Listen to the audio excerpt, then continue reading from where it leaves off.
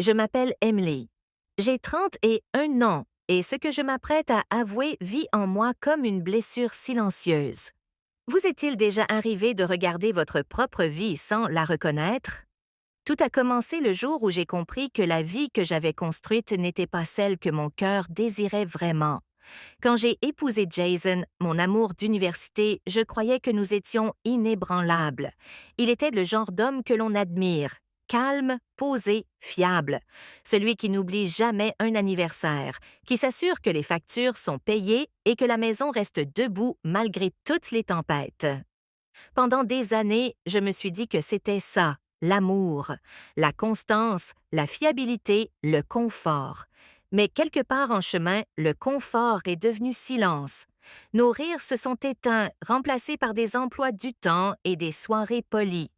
J'ai essayé de me convaincre que c'était normal, que le vrai mariage parlait moins de papillons et davantage d'endurance.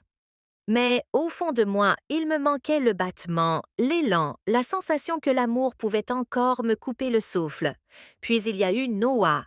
Il n'était pas un étranger, c'était le plus proche ami de Jason, quelqu'un qui faisait partie de nos vies depuis des années. Et pourtant, soudain, il était différent. Il dégageait une énergie qui remplissait chaque espace où il entrait, une énergie qui rendait tout un peu plus vivant. Là où Jason planifiait chaque chose à la minute près, Noah vivait à l'instinct. Et quand il me regardait, c'était comme s'il voyait la part de moi que j'avais oubliée. Tout a commencé innocemment. Des plaisanteries partagées, des regards rapides, des conversations qui s'étiraient plus longtemps qu'elles n'auraient dû. Je me disais que c'était sans danger, mais peu à peu nos mots sont devenus chargés, nos silences passent étaient plus lourds. Chaque fois qu'il passait, mon cœur me trahissait, s'emballant d'une manière que je ne pouvais pas contrôler.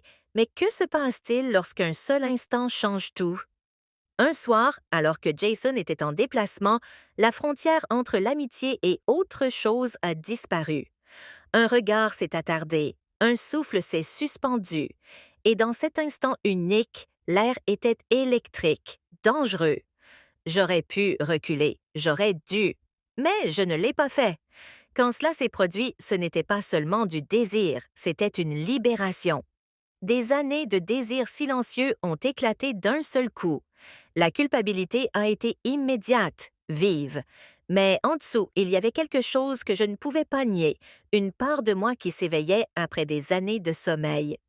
Après coup, je me suis regardée dans le miroir, cherchant la femme que j'étais avant cette nuit-là. Elle avait disparu. Celle qui me faisait face était à la fois terrifiée et vivante. Je me suis dit que c'était une erreur, que je pouvais l'enterrer sous le silence. Mais certains secrets refusent de rester silencieux. Jason est rentré, a embrassé mon front et m'a dit qu'il m'avait manqué. J'ai souri, faisant semblant que rien n'avait changé, alors qu'à l'intérieur, j'avais l'impression de me tenir sur du verre brisé. Chaque mot, chaque geste était une comédie. Et pourtant, Noah persistait dans mes pensées. Sa voix, son regard, le souvenir de la façon dont mon prénom sonnait quand il le prononçait. Les jours se sont fondus en semaines. J'ai essayé de prendre mes distances, de reconstruire les murs que j'avais brisés, mais les plus petites choses continuaient de les faire tomber. Un message inattendu, un bonjour échangé, la façon dont nos regards se retrouvaient dans une pièce bondée. À chaque fois, ma détermination s'effritait un peu plus. La culpabilité est devenue mon ombre. La nuit, tandis que Jason dormait à mes côtés, je revivais des moments que je n'aurais pas dû me rappeler. Mon corps restait immobile, mais mon esprit était ailleurs, pris dans une tempête dont je ne pouvais m'échapper. Puis Jason a proposé que nous partions un week-end. Juste nous deux, a-t-il dit doucement, les yeux pleins de bonté, sans se douter de rien. J'ai accepté, espérant que la distance apaiserait le chaos en moi. Ce voyage a été à la fois une grâce et une punition. Loin de tout, j'ai vu Jason tel qu'il était vraiment, un homme qui m'aimait sans condition, qui avait bâti tout son monde autour de mon bonheur. Je l'ai regardé rire près du feu, me prendre la main, et je me suis demandé comment j'avais pu perdre de vue un amour pareil. L'espace d'un instant fugace, j'ai cru pouvoir revenir pleinement vers lui, que la tempête en moi pourrait se dissiper en calme. Mais quand nous sommes rentrés, Noah était là, Un seul regard et chaque fragile parcelle de contrôle que j'avais construite s'est effondrée. La vérité m'a frappé de plein fouet. Je ne pouvais plus vivre dans deux mondes. La sécurité silencieuse de l'amour de Jason et l'attrait sauvage et dévorant du toucher de Noah ne pouvaient pas coexister. L'un détruirait l'autre et tous deux me détruisaient lentement. Aujourd'hui, chaque matin pèse plus lourd. Le sourire de Jason porte une confiance que je ne mérite plus.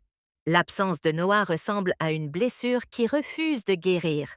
Je traverse mes journées en faisant semblant que tout va bien, mais à l'intérieur, c'est le chaos. Une tension constante entre la culpabilité et le désir, la sécurité et l'élan.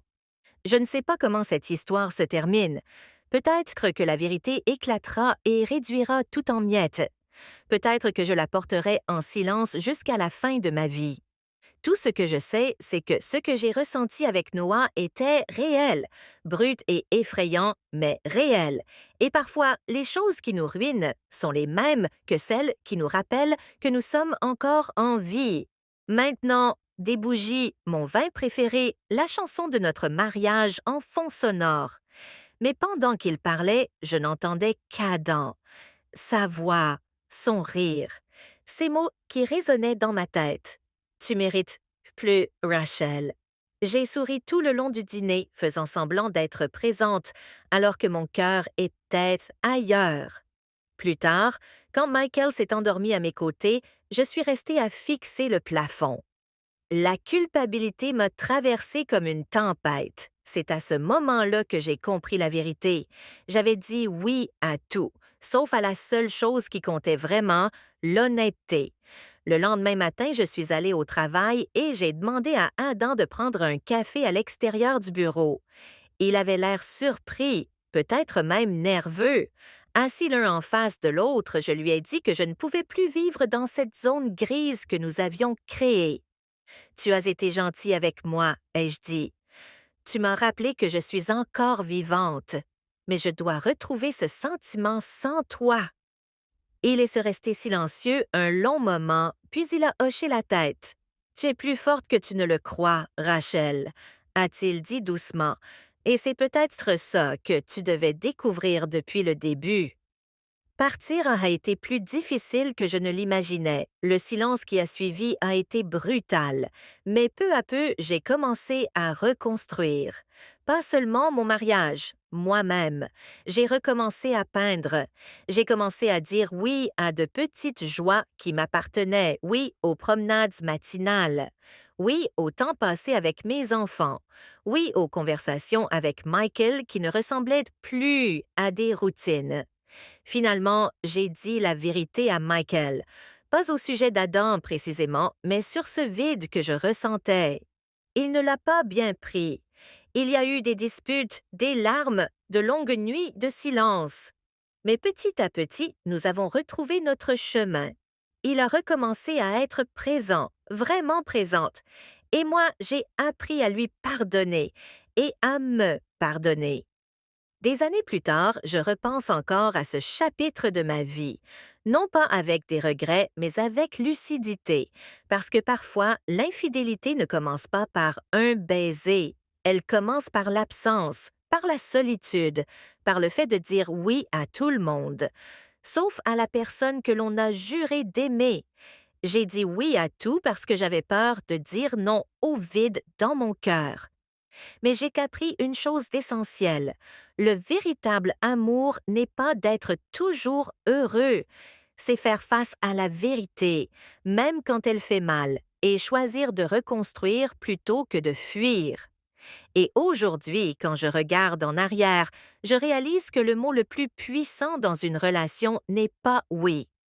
Parce que dire non aux mauvaises choses, c'est la seule façon de dire enfin oui aux bonnes. Je levai les yeux vers lui. Son regard n'était ni impatient ni exigeant. Il attendait. Pas une réponse définitive, pas une promesse, juste la vérité. Tu me fais me souvenir de qui j'étais avant d'apprendre à me faire petite, murmurai-je. Il s'approcha alors d'un pas, laissant encore un espace entre nous.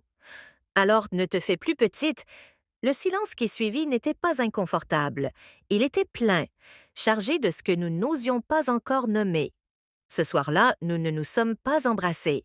Nous n'avons rien officialisé, mais lorsque sa main effleura la mienne, je ne la retirai pas.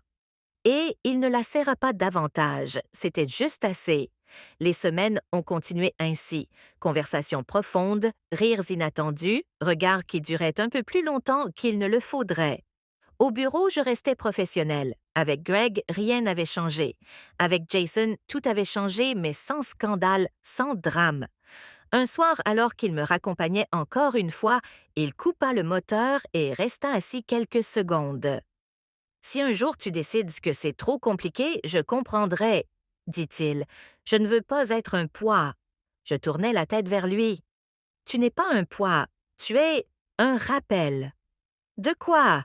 Je souris doucement, que je suis encore capable de ressentir. Il inspira lentement, comme si cette réponse lui suffisait. Je savais que le monde extérieur ne verrait peut-être pas cette histoire avec la même douceur que nous. Je savais que l'écart d'âge, les liens professionnels, les jugements possibles planaient au-dessus de nous comme des nuages. Mais je savais aussi que ce que je ressentais n'était ni frivole ni naïf. C'était honnête. Et pour la première fois depuis longtemps, je n'avais pas envie de fuir ce que mon cœur murmurait. Peut-être que cette histoire ne durerait pas toute une vie. Peut-être qu'elle se transformerait, évoluerait ou s'éteindrait doucement. Mais elle m'avait déjà rendu quelque chose que je croyais perdu, la sensation d'exister dans le regard de quelqu'un. Contacter les sociétés de cartes de crédit, rassembler des preuves des signatures falsifiées. Nous avons engagé un expert en écriture qui a confirmé ce que je savais déjà. Je n'avais pas signé ces demandes. David s'est jeté corps et âme dans l'aide. Il organisait des dossiers, faisait des tableaux, assistait aux réunions. Un soir, alors que nous étions assis à la table de la cuisine à examiner une nouvelle pile de documents, il a levé les yeux vers moi. « Maman, je dois te dire quelque chose. » J'ai posé mon stylo. « D'accord. » Il y a quelques années, papa m'a demandé d'investir avec lui dans quelque chose. Une start-up technologique. Il disait que c'était une valeur sûre, qu'on deviendrait riche. J'avais 50 000 $ économisés pour les études de tes enfants. Il voulait que j'y mette tout. Mon cœur s'est serré. David, dis-moi que tu ne l'as pas fait. J'ai failli, mais Sarah, sa femme, elle ne faisait pas confiance à ce projet. Elle disait que si c'était vraiment sûr, pourquoi papa avait-il besoin de notre argent? On s'est disputé, j'étais furieux contre elle. Mais elle est restée ferme. J'ai dit non à papa. Il a baissé les yeux. Il m'a regardé avec des yeux hantés. Je crois qu'il était déjà dans les ennuis à ce moment-là. Je crois qu'il essayait d'utiliser mon argent pour réparer ses erreurs. Et si j'avais dit oui, on aurait tout perdu aussi. J'ai tendu la main et j'ai serré la sienne. Mais tu ne l'as pas fait, Sarah vous a sauvé. C'est ça qui compte. Il a hoché la tête. Tu crois qu'il aurait continué? Qu'il aurait pris de l'argent à d'autres personnes? J'ai pensé à la lettre, aux mots de Bob. Je pense qu'il se noyait. Et les gens qui se noient s'accrochent à tout ce qu'ils peuvent atteindre, même si cela entraîne quelqu'un d'autre sous l'eau. 3 mois après la mort de Bob, nous avons eu notre première victoire. 2 sociétés de cartes de crédit ont reconnu que les signatures étaient falsifiées et ont retiré les dettes de mon dossier de crédit.